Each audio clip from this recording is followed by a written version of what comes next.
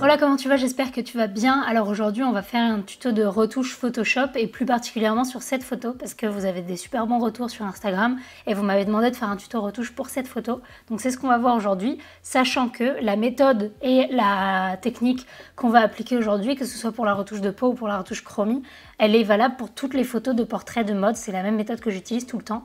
Le seul truc qui va varier, c'est évidemment le rendu des couleurs, ce que je vais choisir selon le shoot que j'ai fait. Mais en tout cas, la méthode est la même. Donc première chose qu'on va faire, avant toute chose, ça va être de faire de la séparation de fréquences pour retoucher la peau. Donc la séparation de fréquences, je vous ai fait toute une vidéo là-dessus si ça vous intéresse. Mais là, j'ai juste appuyé sur un bouton parce que c'est une action Photoshop que j'ai enregistrée. Et je vous ai fait une vidéo là-dessus. Donc si vous avez des questions, je vous mets le lien en barre d'infos. Donc, première chose qu'on va faire, c'est retoucher la peau et tout ce qui est les petits détails, par exemple les plis de la robe, etc. Et donc pour ça, on a fait la séparation de fréquences. On va se mettre sur le calque des couleurs qui est ici. Et on va prendre soit un outil correcteur, soit un outil tampon. Moi, je préfère le correcteur. Et on va venir corriger un petit peu la peau. Donc là, la peau, elle est vraiment très bien. Et en plus, c'est pas un gros plan, donc c'est pas très grave si c'est pas tout parfait. Mais voilà, il y a quelques petites zones que j'avais envie de corriger.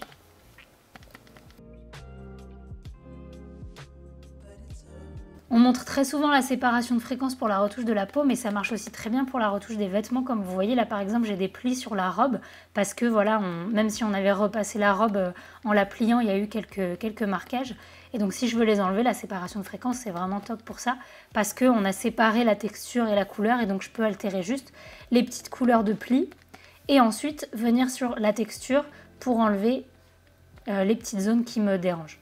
Quand on fait des shoots de mode, c'est très important que le vêtement soit clean, même si ça n'a pas été fait parfaitement au shoot, c'est très important de le retoucher parce que, encore une fois, le but de cette photo, de la photo de mode, c'est de montrer et de mettre en valeur les vêtements.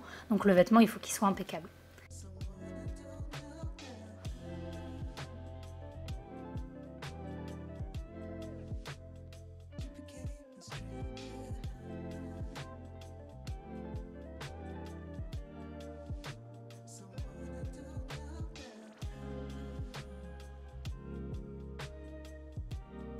Alors ce que j'aime bien aussi une fois que j'ai fini ma séparation de fréquences, donc là je vais vous montrer un petit avant-après, on voit bien qu'on a retiré tous les plis de la robe, on a enlevé un petit peu sur les jambes les bleus qu'il y avait et sur le visage j'ai vraiment juste atténué un tout petit peu les cernes et les marques au niveau d'ici, mais bon c'était vraiment très léger.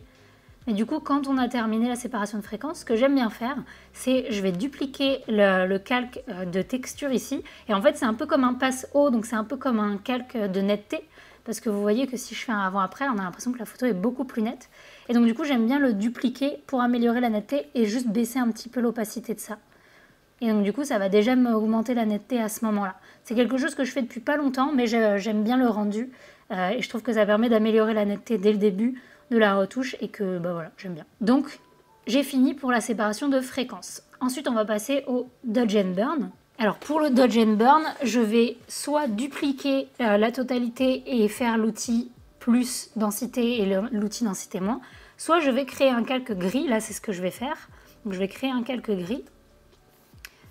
Donc je vais faire édition remplir en 50% de gris. Et je vais le passer en soft light ou lumière tamisée et normalement il n'y a aucun effet. Et par-dessus, je vais faire de l'outil densité plus, densité moins. Donc cet outil va servir, vous allez voir, à accentuer un petit peu les ombres et les lumières dans certaines zones. Donc par exemple, au niveau du maquillage, j'ai envie d'accentuer un tout petit peu et au niveau des sourcils. Donc c'est très léger, hein. Ensuite au niveau des joues aussi, hop, peut-être même pas autant, voilà. Ensuite au niveau de la robe, etc., je ne vais pas y toucher. Par contre, au niveau des jambes, je voudrais réassombrir un tout petit peu ici pour redonner de la dimension. Et puis parce que par rapport au haut du corps, je trouve que les jambes sont quand même très pâles. Donc je vais juste assombrir un petit peu ici. Voilà. Là, si je fais un avant-après, vous allez voir que c'est vraiment très léger, mais moi, c'est un détail qui, je trouve, fait la différence. Et pareil avec donc, la densité moins. On peut le faire sur un nouveau calque de gris, mais je vais le faire sur le même parce que là, c'est vraiment pas beaucoup ce que je vais faire. Je vais accentuer un peu la lumière qu'il y a dans les cheveux.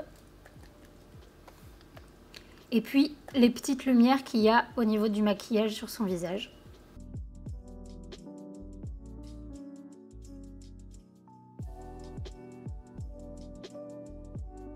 Voilà, là c'est pas mal.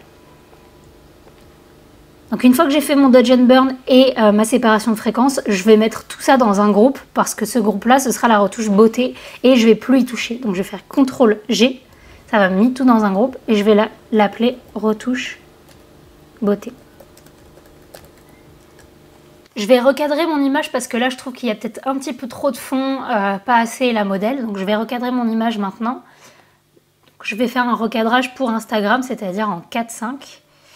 Je vais juste venir la repositionner un petit peu pour qu'elle soit centrée. Voilà. Donc là, on est bien. Et je vais commencer la retouche chromie. Donc pour la retouche chromie, pareil, je fais un dossier, comme ça je reste dans ce dossier. Je vais l'appeler chromie.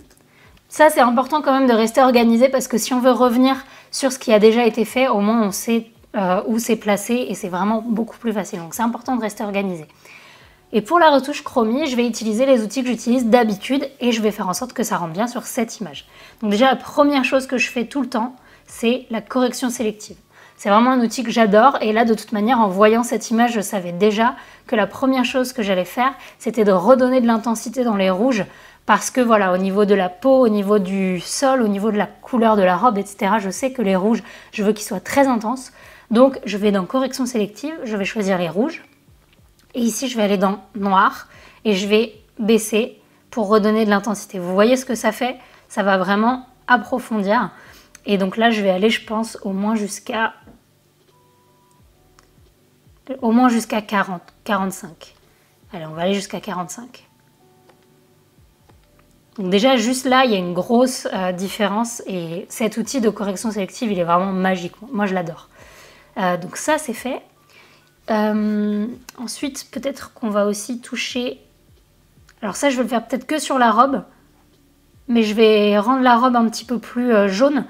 Mais voilà, je vais faire en sorte que ça s'applique que sur la robe. Donc pour ça, je vais faire un nouveau correction sélective. Et je vais faire jaune ici dans les rouges. Donc je vais baisser jusqu'à... Allez, ouais, 20...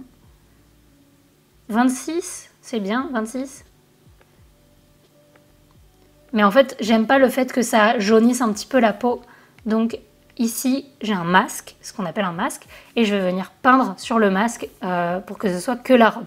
Donc pour ça, je vais déjà inverser le masque. Donc je vais faire CTRL-I. Ça va me permettre d'appliquer le calque sur... Enfin, de ne pas appliquer le calque, pardon, sur toute l'image. Et ensuite, je vais venir faire B pour avoir le pinceau. Et avec le pinceau, je vais venir peindre la robe.